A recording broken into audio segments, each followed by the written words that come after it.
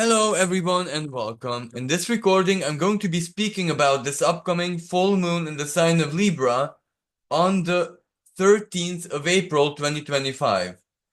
This is going to be quite a powerful energy and very karmic in nature. Like, this is pretty intense karma playing out both in our lives individually, but definitely also on the world stage. Now, this doesn't look, on the surface all that much because it is just a full moon, but it is the first full moon after an eclipse that took place in the opposite sign, so in the sign of Aries.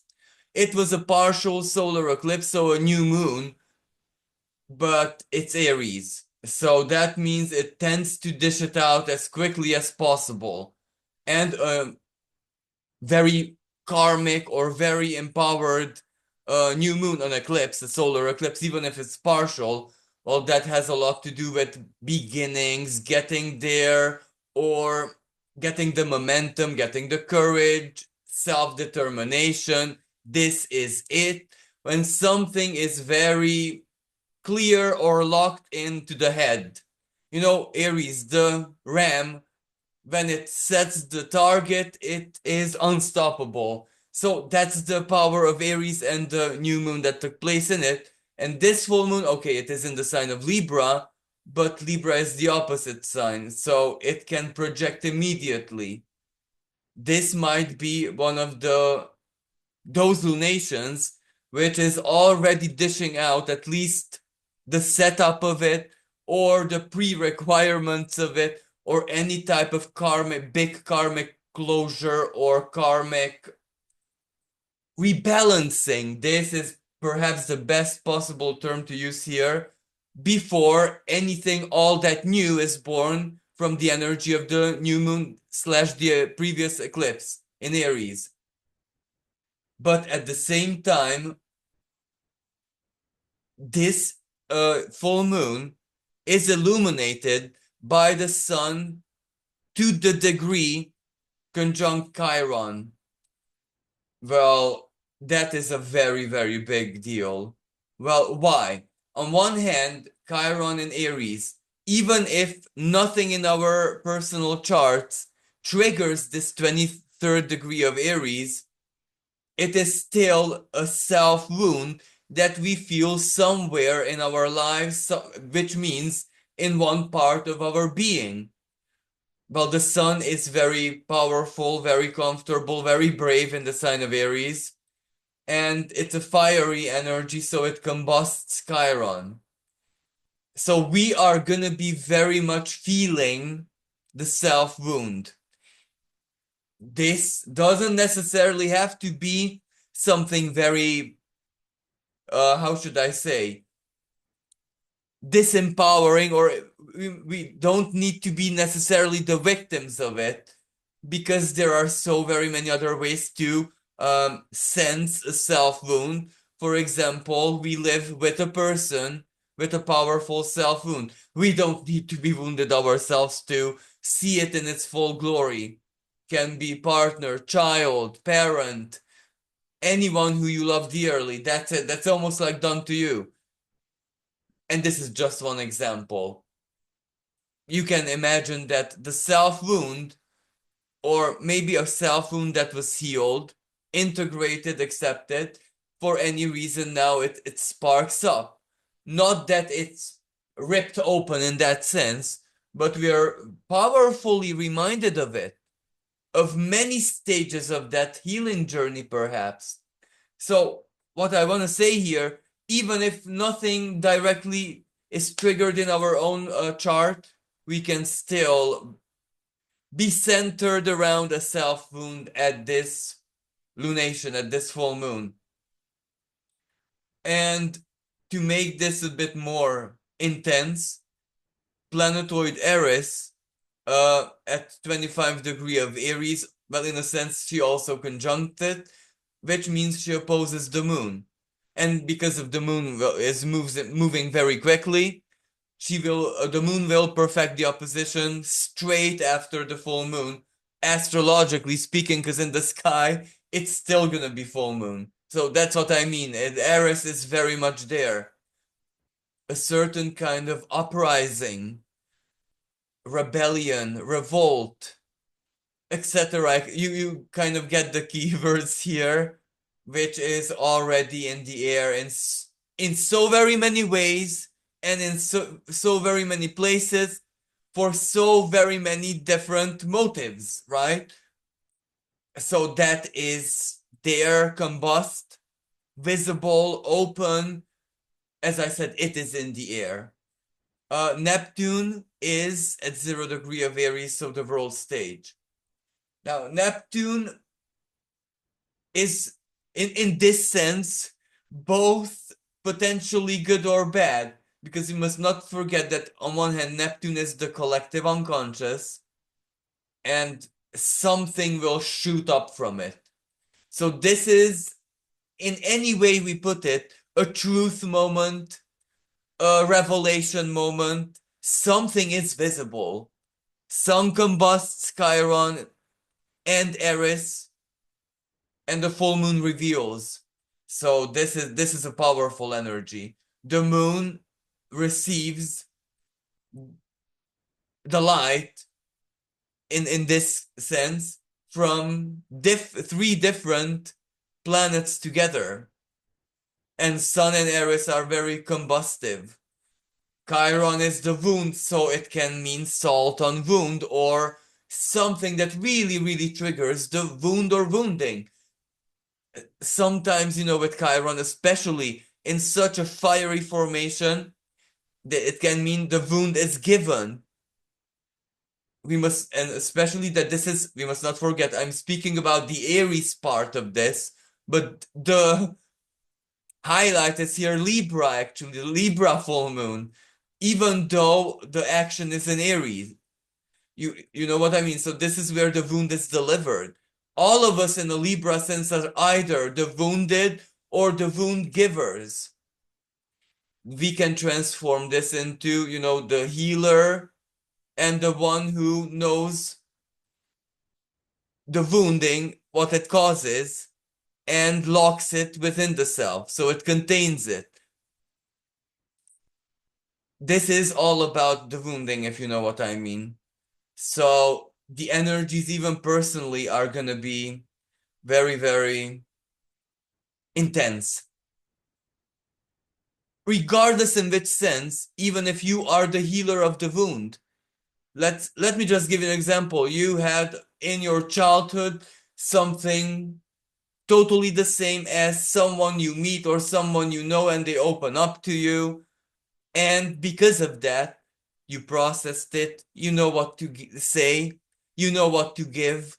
You know what to do. And when you say something, Mercury direct at this time, Venus conjunct Saturn, conjunct the North Node in Pisces. So a powerful truth moment about what I feel. This is gonna be also about deep feelings. And Pisces is also the sign of the spirit, so this adds to the karma. And if we want to highlight the karmic nature of this, well, Venus and Saturn with Uranus quincunx the moon in Libra, which means a yod, finger of God. A yod formation is fated. It is basically what the divine wants. Sometimes it overrides what we think it's best. And Libra is the sign of the law, justice, agreement, contract, one party and the other party, and the scales, weighing. So this is a very profoundly karmic energy, because Libra is one of those signs which is actually responsible with karmic justice, not just earthly justice. So is in its way Sagittarius, just that Sagittarius is very, very different. It is fiery, it is the dynamics, it's going in a certain direction. Libra, on the other hand, it is inanimate, it is blind, it is actually the scale of the cosmos. So this is why when karma is dished out in Libra, that tends to be, as I said, blind justice. Or where it is really outside of whatever it is that we can do to prevent it, or we can't do anything anymore. We can just receive the justice. This is when the last document in a court case, the last document or the last piece of evidence, there's that date and time, and after no one can, after the judges are deciding, you can only appeal that. But this is karma, remember? So it is gonna be what it is gonna be.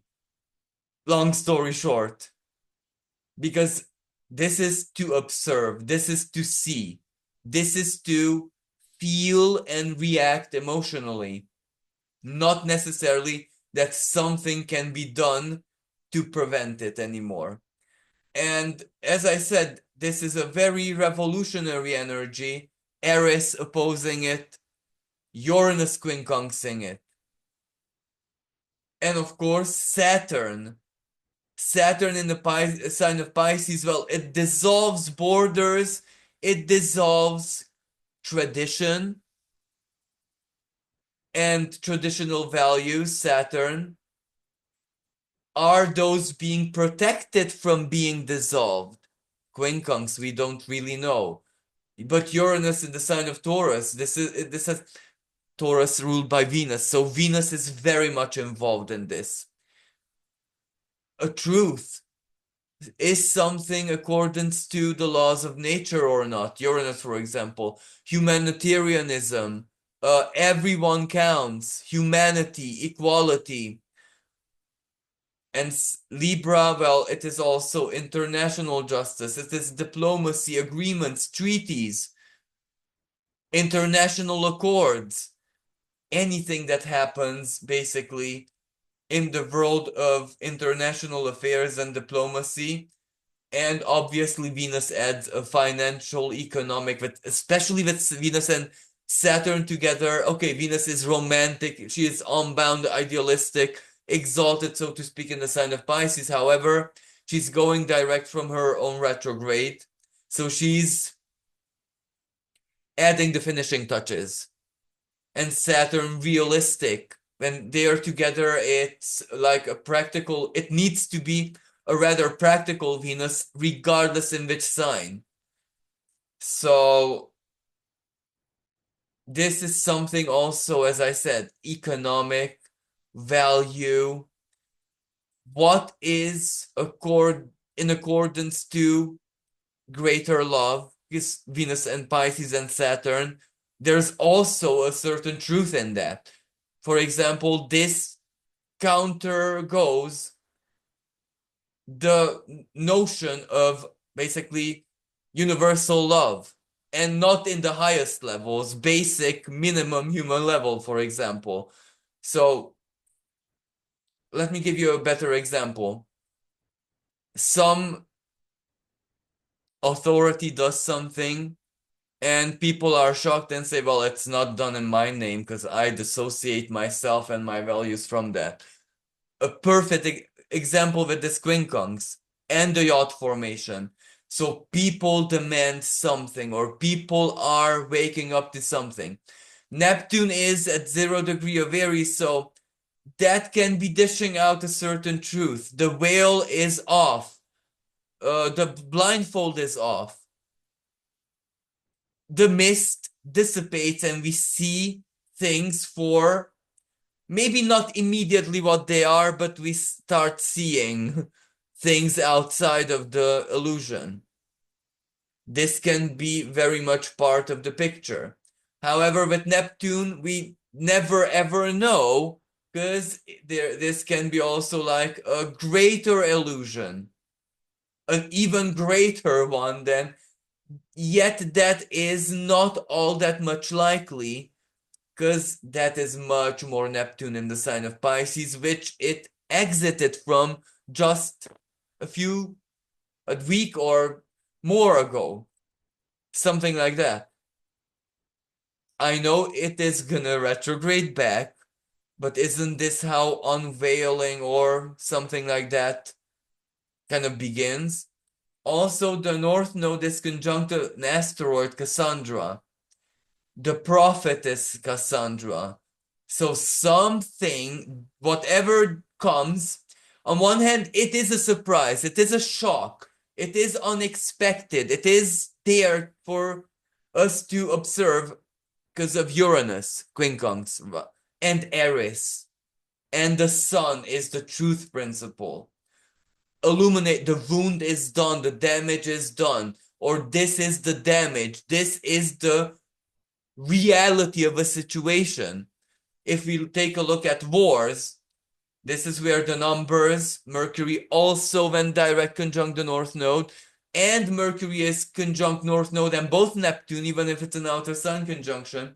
Mercury aims for that 0 degree of Aries where it will dish out, reveal facts, numbers, the statistics, which can be much more shocking than we thought. However, this is also personal energy. We must not forget.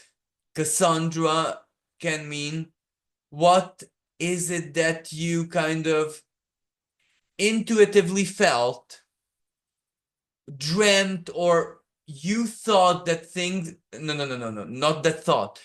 You were hinted by inner forces that things would turn out in a certain way, but that was either way too good to be true or you just did not want to notice or believe it, and that will be like a prophecy that you just couldn't believe and it fulfills.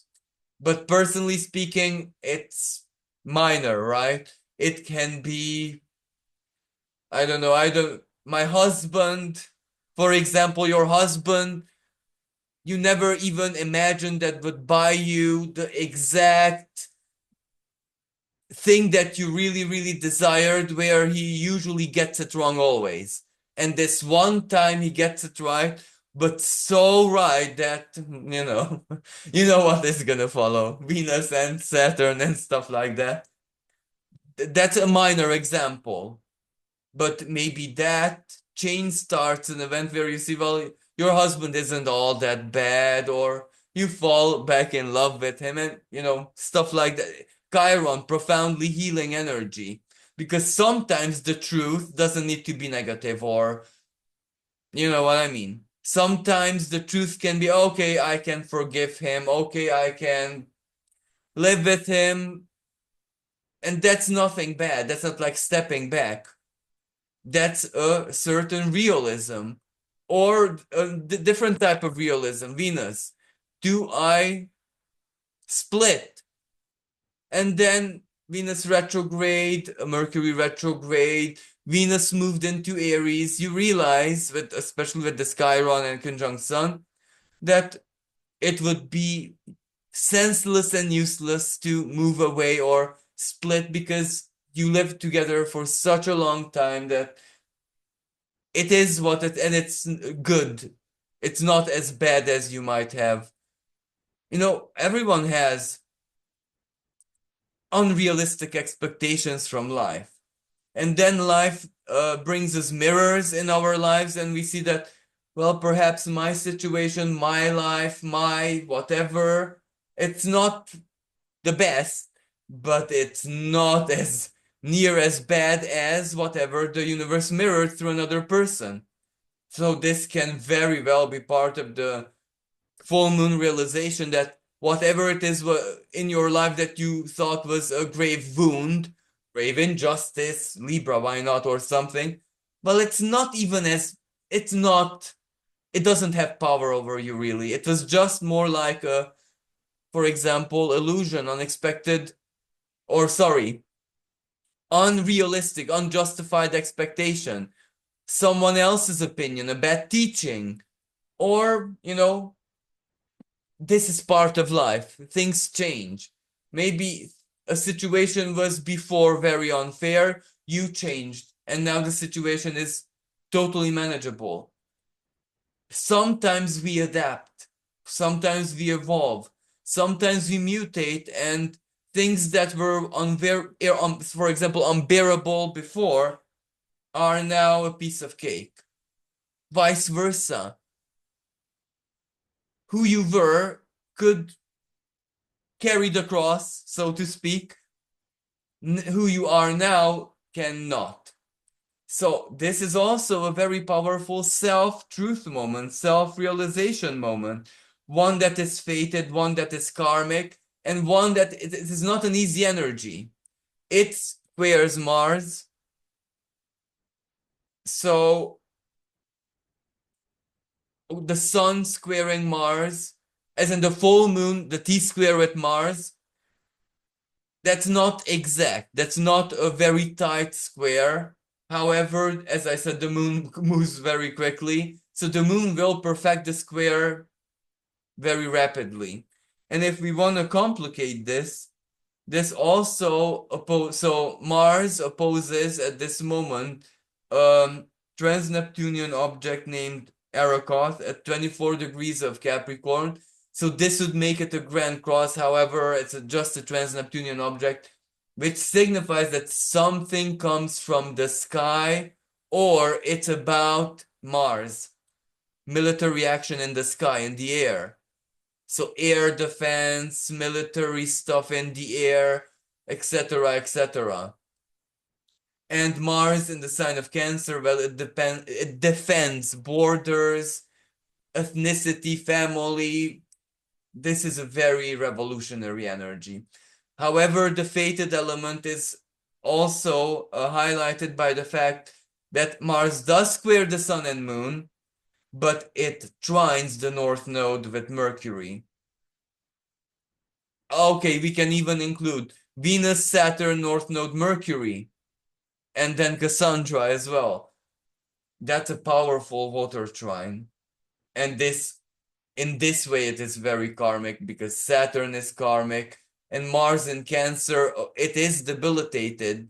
It is not very, very powerful, but in this sense, it represents the power of unity, where one individual does not need to be strong as well because the power of the people, power of love, power of the good side of the collective unconscious. If love is there, if the desire for peace is great, well, peace has to come one way or another. And Libra, well, this is a highly confrontational energy, of course. However, many times there is like a strive for peace, and if peace wins. So this can very well bring peace as well. It doesn't have, but at the cost of confrontation. For example, the will of the people, the will of the many. It doesn't matter if the few want conflict, it kind of matters what the many want. Pluto in Aquarius says this. Uranus conversing in a quincunx with this full moon means this. And Uranus himself is in July gonna move into the sign of Gemini. There it means very much this, if you know what I mean. It means freedom, it means everyone matters, it means power of the masses. And then Aries represents the power of the individual, the sovereignty of the individual. If many people associate their sovereignty into one, well, they become a very powerful force in any way, shape, and form. Even just mentally, spiritually, quantumly. So this is a very, very strong energy, I must say. And to add a little color to it, well, if Chiron is here, then his wife, Cheroklo, is also in the picture, because from 21 degrees of Aquarius, she sextiles the sun and Chiron, and it means she trines the moon. There is the promise of healing here. There is the promise of hope, promise of rejoicement. And I would also like to mention the Sabian symbol of this 23 degrees, so 24 degrees Sabian symbol of Libra. because I find it so interesting. It says a butterfly with a third wing on the left side. Now the butterfly symbol, freedom, first hand, then the final stage of the metamorphosis. However, it's not a classical butterfly, one with an extra wing. So that means evolution, mutation, metamorphosis went beyond the intended. It is a marvel of nature. It symbolizes all of the values that the butterfly usually stands for, but in as a windfall, in an unexpected way, in something that was beyond perhaps imagination, or a rare opportunity, or just a moment where something suddenly happens, and that leads to a higher state of consciousness, freedom, innocence, butterfly, taking wings, an idea, a dream, something uh, lifts you up, lifts us up, or something like Libra, diplomatic agreement. Let's place it in the global context. What we would not expect, however, it's something innovative, positive that suddenly solves a problem or suddenly does something alternative. We evolve into it. But usually, most people interpret the Sabian symbol as a spiritual elevation, as a spiritual leap that is non-linear. What do I mean with non-linear? But spirituality grows the same way as absolutely everything. Little by little, one step at a time, one day at a time, slowly and steadily. Or, for example, the expression of Virgo, heavy training, meticulous work, repetition. Okay. However, this Sabian symbol says that it's not that. Anything but that. So that can mean a rare opportunity or something catalyzes a greater scheme of things that favors whatever we're gonna see at the time of this full moon. And again, this can be karma, this can be divine intervention, miracle, or butterfly, justice has wings, or something very surprising. And this is a very positive symbol, innocence. I understand that Chiron opposes this, and then Aries isn't. So it can mean that through the loss of innocence, something stirs up, something big, but ultimately it has to do good. It has to dish out something positive, right? Mars trine, the North Node, Saturn, Venus, Mercury. And Mars is gonna trine soon in the following days after this full moon. Well, Neptune. So that's a fire trine now. And Mars is gonna be very, very comfortable, powerful in the sign of Leo. That's a different trine. And Leo is, well, ultimately heart energy, bravery, courage. Of course, in with Mars in the picture, it can be aggressive as well. But Neptune is the more powerful planet. So it does need to, how should I say, correlate with the energy, humor, symbolism of Neptune as well. So Neptune is universal unconditional love. Aries, okay, with the sign of Aries, quite personally speaking, this is a very, very, very, like intensely lusty, romantic centered, but in a rather real, carnal sense, energy. But collectively speaking, that can represent fight for a future, fight for children's right, children's whatever, children. the youth, the young, the next. So it is ultimately a positive energy, I would say. Thank you so much for listening, and until next time, bye for now.